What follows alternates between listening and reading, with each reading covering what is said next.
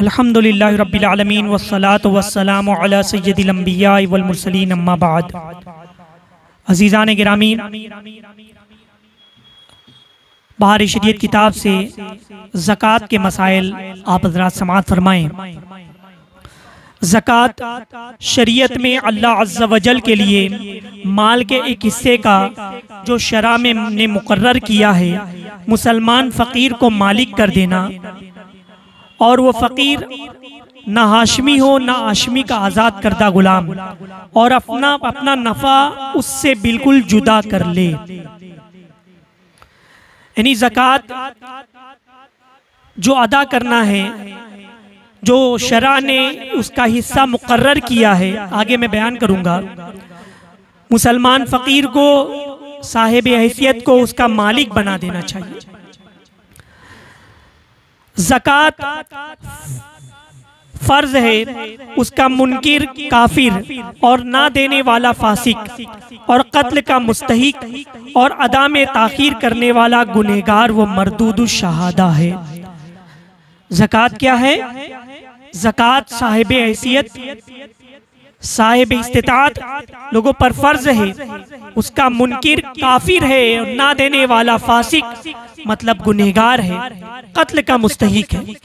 और जब ज़कात वाजिब हो जाए, फर्ज हो जाए, तो उसमें ताखीर न करे, ताखीर करने से गुनहगार होंगे। मुबाह कर देने से ज़कात अदा न होगी।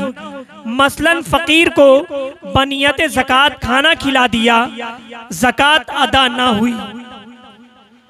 मुबाह कर देने से मतलब किसी को हमने खाना खिला दिया ज़कात की नियत से, तो इस तरह से ये मुबाह करना, इस तरह से ज़कात अदा नहीं होगी कि मालिक कर देना नहीं पाया गया। हाँ, अगर खाना दे दिया कि चाहे खाए या ले जाए तो अदा हो गई। अगर ज़कात की नियत से किसी को खाना दे देते हैं और ये इख्तियार देते हैं कि तुम चाहो तो खा लो और चाहो तो ले जाओ, तो ऐसी सूरत में ज़कात अदा हो जाएगी।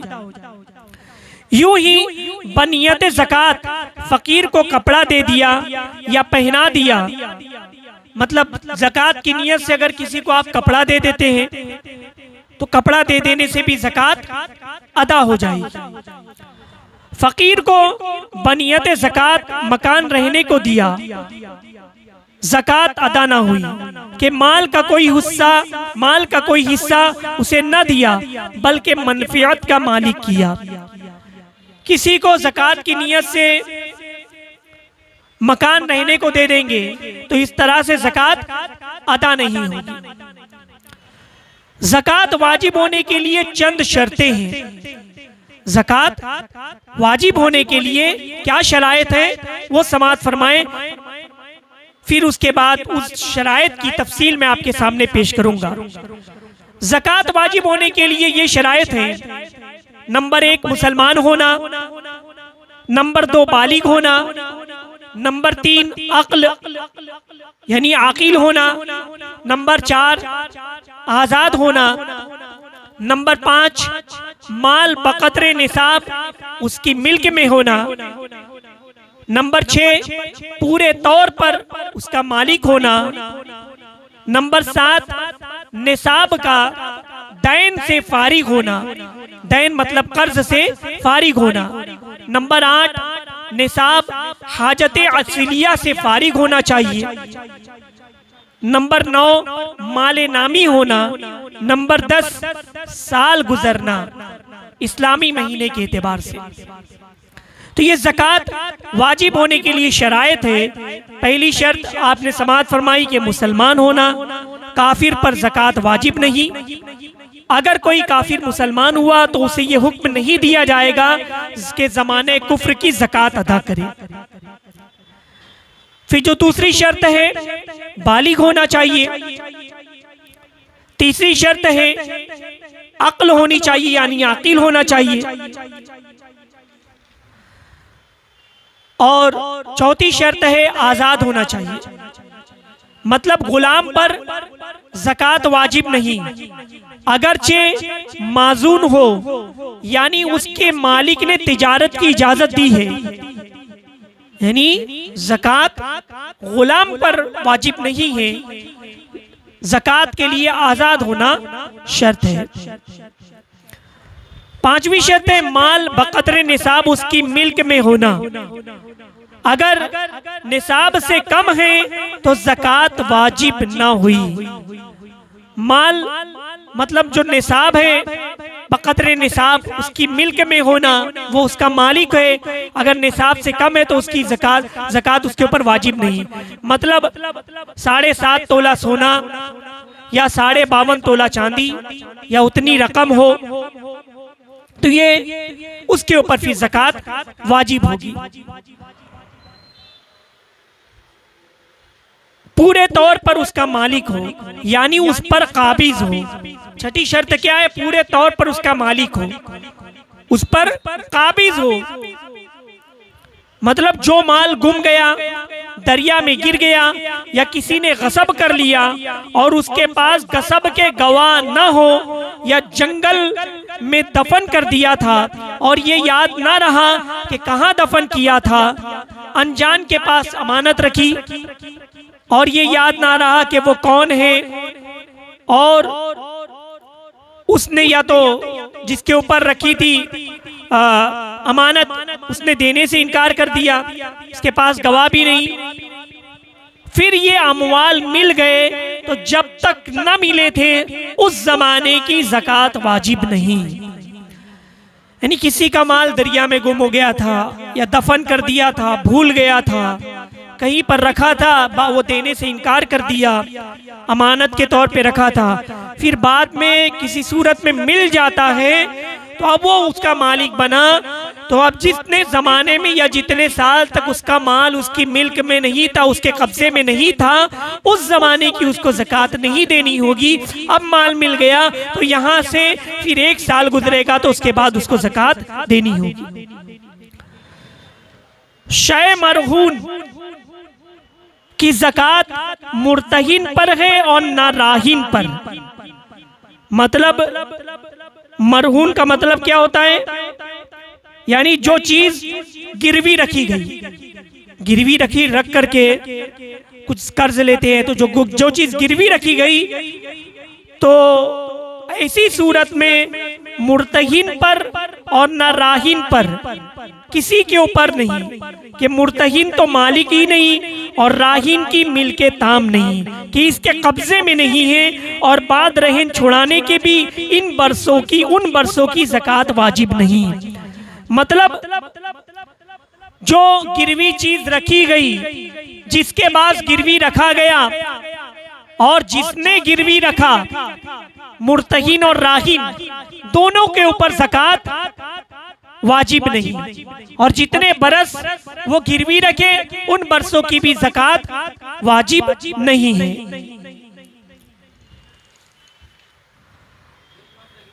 ज़कात की जो 7वीं शर्त है निसाब का दैन से फारिग होना। मतलब निसाब का जो मालिक है मगर उस पर दैन है, दैन मतलब कर्ज है, अदा करने के बाद निसाब नहीं रहती तो ज़कात वाजिब नहीं। एक शख्स मालिक निसाब है, इतना पैसा है, 7.5 तोला सोना खरीद सकता है या 52.5 तोला चांदी खरीद सकता है हाजती असलिया के अलावा, तो अब लेकिन उसके ऊपर कर्ज भी है। तो अगर जो जितना कर्ज है वो कर्ज की रकम अगर माइनस करेंगे तो माइनस करने के बाद निसाब नहीं बनती तो अब उसके ऊपर ज़कात वाजिब नहीं है।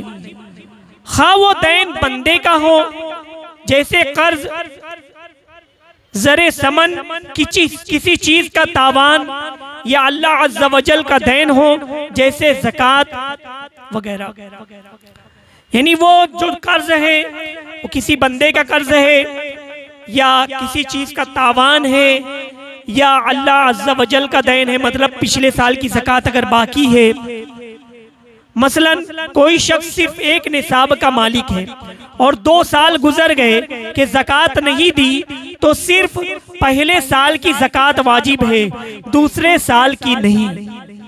किसी के ऊपर 2 साल की ज़कात वाजिब थी, अब वो 1 साल की अगर ज़कात निकाल देगा तो अब वो मालिके निसाब नहीं रह जाएगा। अगर नहीं रह जाता तो फिर दूसरे साल की ज़कात उसके ऊपर वाजिब नहीं। जो दैन मियादी हो वो मजहब सही में वुजूब ज़कात का माने नहीं। दैन उस वक्त माने ज़कात है जब ज़कात वाजिब होने से पहले का हो, और अगर निसाब पर साल गुजरने के बाद का हो तो ज़कात उस दैन का ज़कात पर उस दैन का कुछ असर नहीं।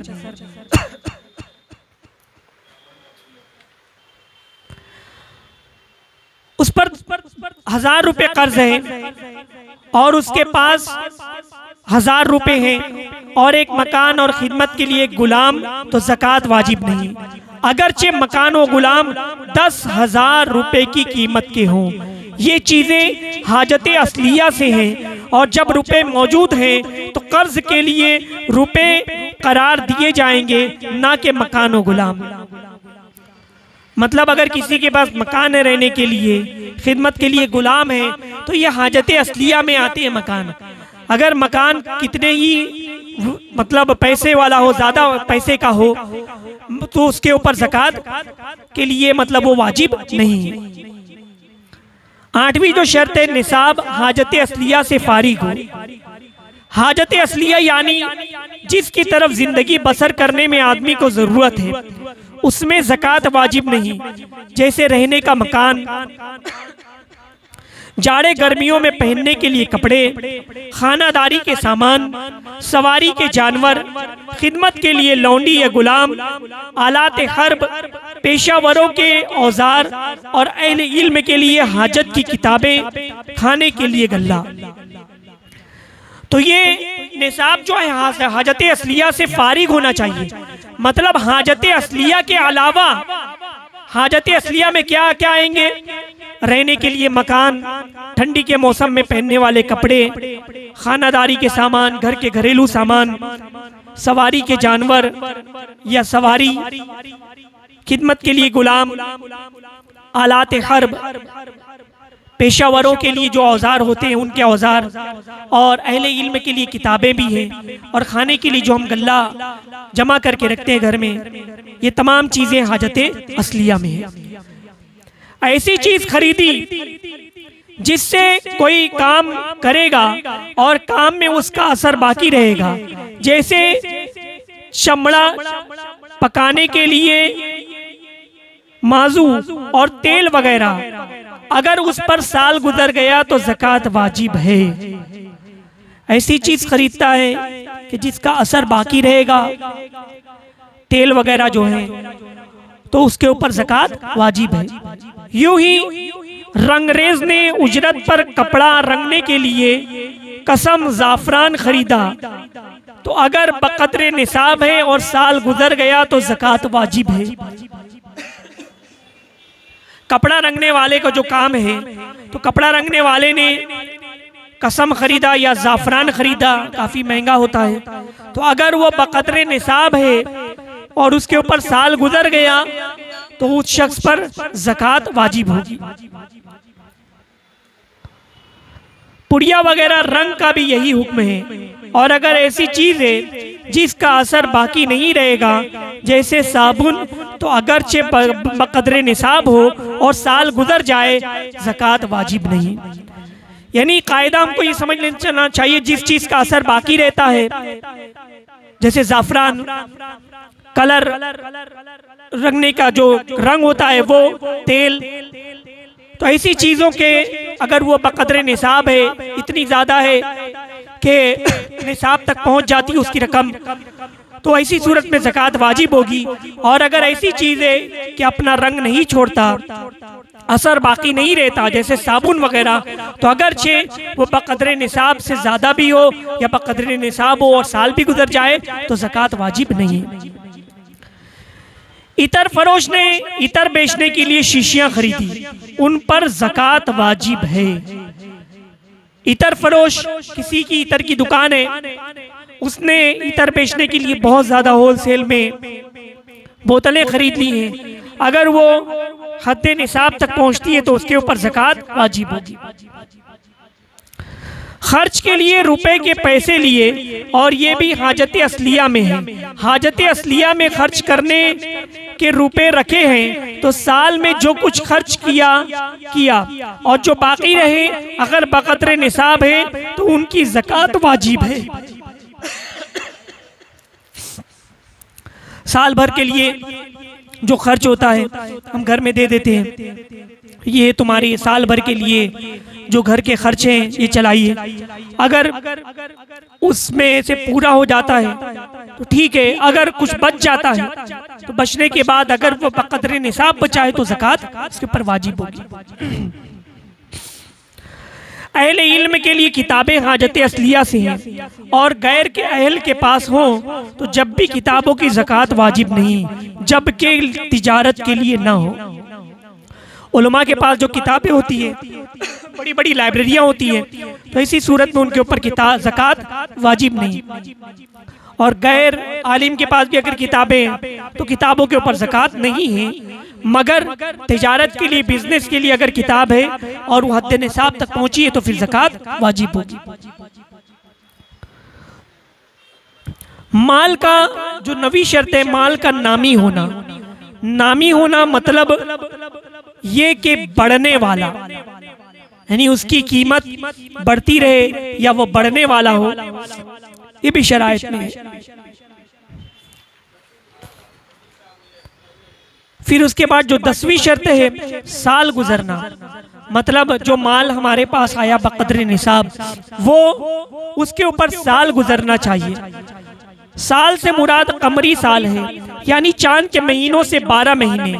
शुरू साल और आखिर साल में निसाब कामिल है, मगर दरमियान में निसाब की कमी हो गई तो ये कमी कुछ असर नहीं रखती, ज़कात वाजिब है। साल गुजरना चाहिए, और साल जनवरी के हिसाब से नहीं देखेंगे, बल्कि जिस दिन आपके पास माल आया वो दिन और वो तारीख आपको याद रहनी चाहिए। फिर वहाँ से इस्लामी साल के एतबार से जितना एक साल अगर पूरा होता है तो अब उसके बाद ज़कात वाजिब होगी। और बाज़ लोग सिर्फ रमज़ान महीने में ही निकालते हैं ज़कात, तो ऐसा नहीं। अगर रमज़ान से पहले भी आपका एक साल गुजर हो जाता है तो आप पर ज़कात वाजिब होगी। ताख़ीर नहीं करना चाहिए, ज़कात निकाल लेना चाहिए। जो शख्स मालिक निसाब है, अगर दरमियाने साल में कुछ और माल उसी जिन्स का हासिल किया तो उससे नए माल का जुदा साल नहीं, बल्कि पहले माल का खत्म साल उसके लिए भी तमाम साले तमाम है, अगरचे साले तमाम से एक ही मिनट पहले हासिल किया हो। यानी वही साल गुजरने के बारे में बताया जा रहा है। अगर दूसरी जिन्स का है, मसलन पहले उसके पास ऊंट थे और अब बकरियां मिली, तो उसके लिए जदीद साल शुमार होगा। मतलब एक ही जिन्स का माल है, एक ही चीज है, और फिर उसके अंदर और ऐड हो जाता है तो उसके बाद बल्कि पहले माल का खत्म साल उसके लिए भी साल तमाम है। यानी पहले साल का जब मतलब साल खत्म हुआ तो वो साल का भी एतबार है, अगरचे साल तमाम से एक मिनट पहले हासिल किया हो। अगर वही एक ही जिन्स है, साल तमाम से पहले एक मिनट पहले मिली है तो उसे भी शुमार करें। अगर दूसरी जिन्स का है, मसलन पहले ऊंट थे बाद में बकरियां मिल गई, तो इसी सूरत में उसके लिए जदीद साल शुमार होगा। साल भर तक खैरात करता रहा, अब नियत की कि जो कुछ दिया है ज़कात है अदा ना हुई। कोई शख्स साल भर खैरात करता रहा, अल्लाह की राह में लोगों को देता रहा, और अब नियत कर रहा है कि मैंने जो तकसीम किया है वो ज़कात है, तो इस तरह से अदा नहीं होगी। एक शख्स को वकील बनाया, उसे देते वक्त तो नियत ज़कात न की, मगर जब वकील ने फकीर को दिया उस वक्त मौकिल ने नियत कर ली तो हो गई। किसी शख्स ने अपने ज़कात देने के लिए किसी अपने शख्स को, मोतबर शख्स को वकील बना दिया, उसको पैसा दिए, उस वक्त उसने ज़कात की नियत नहीं की थी, मगर मौकिल जिसको वकील बनाया था उसने नियत कर ली कि ये ज़कात की रकम मैं इसे दे रहा हूँ, तो इसी सूरत में ज़कात हो जाएगी। ज़कात देने के लिए वकील बनाना और वकील को बनियत ज़कात माल दिया, मगर वकील ने फकीर को देते वक्त नियत नहीं की, अदा हो गई।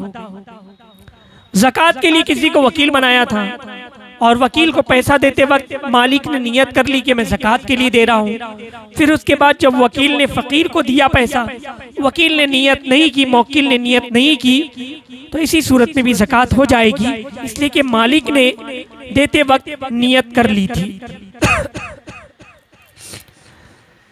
किसी पर उसके रुपए आते हैं, फकीर से कह दिया उससे वसूल कर ले और नियत ज़कात किए, बाद कब्जा अदा हो गई। किसी के ऊपर पैसे बाकी थे, मांग रहे, दे नहीं रहे। फिर एक शख्स ने उसने सोचा फकीर को जो ज़कात का मुस्तहिक था कि तुम फला शख्स के मेरा कर्ज है वो वसूल कर लो। जब वो वसूल कर लो और नियत कर ली कि ये ज़कात की मद में होगा, और जब वो वसूल कर लेता है तो इस तरह से भी ज़कात कब्जे में आ जाने के बाद फकीर के अदा हो जाएगी। ज़कात का रुपया मुर्दे की तजीज़ व तकफीन या मस्जिद की तामीर में नहीं सर्फ कर सकते कि तमलीक फकीर पाई नहीं गई। ज़कात का जो पैसा है वो मुर्दे की तजीज़ व तकफीन में नहीं दिया जा सकता या मस्जिद की तामीर में भी नहीं दिया जा सकता।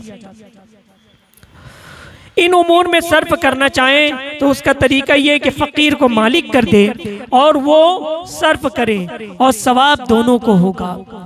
यानी अगर मस्जिद वगैरह में देना चाहते हैं तो फिर किसी हीला करना होगा, किसी फकीर को ज़कात की रकम दे दें, उसको मालिक बना दें। जब वो मालिक हो जाए तो फिर उसके बाद वो अपनी मर्जी से मस्जिद में वो रकम दे दे, तो दोनों को इस तरह से सवाब मिलेगा। ज़कात एलानिया और जाहिर तौर पर अफजल है और नफिल सदका छुपा कर देना अफजल है। ज़कात एलानिया और जाहिर तौर पर देना ये अफजल है, ऐलान करके लोगों को बता के, और जो नफिल सदका है वो छुपा कर देना अफजल है। ज़कात में ऐलान इस वजह से है कि छुपा कर देने में लोगों को तोहमत और बदगुमानी का मौका मिलेगा। नीज ऐलान और औरों के लिए बाइस तरगीब है, मतलब ऐलान करके लोगों को बता के ज़कात देने से लोगों को भी तरगीब होगी और तोहमत से भी बचेंगे कि इस बंदे ने ज़कात नहीं दी है। तो ये इस तरह से कर सकते हैं, बल्कि अफजल है, मगर ये ज़रूर है कि रिया ना आए। अगर रिया आएगी, दिखावा दिल में शामिल हो जाएगा, सवाब जाता रहेगा, बल्कि रिया गुनाह वो इस्तेहकाक अज़ाब है। एलानिया तौर पर देना अफजल है, मगर दिल में रिया का जज्बा, दिखावे का जज्बा, अल्लाह और उसके रसूल की रजा और खुलूस निकल जाए, दुनिया वालों की रजा आ जाए, दिखाने का जज्बा आ जाए, तो ऐसी सूरत में सवाब जाता रहेगा, बल्कि गुनाह भी है। ज़कात देने में उसके लिए जरूरी नहीं कि फकीर को ज़कात कह कर दे, बल्कि सिर्फ नियत ज़कात काफी है। यानी किसी को आप ज़कात दे रहे हैं तो ये जरूरी नहीं कि उसको ज़कात बोल करके दें, सिर्फ दिल में नियत रख ले कि मैं जो दे रहा हूं ये ज़कात है। यूं ही नजर या हदिया या पान खाने या बच्चों की मिठाई खाने या ईदी के नाम से दी अदा हो गई।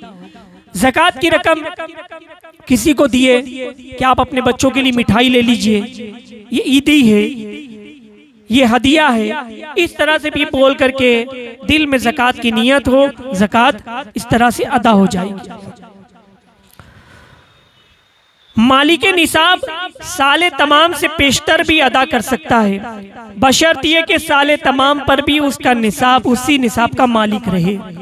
जो मालिक निसाब है, साल पूरा होने से पहले एडवांस में भी ज़कात अदा कर सकते हैं।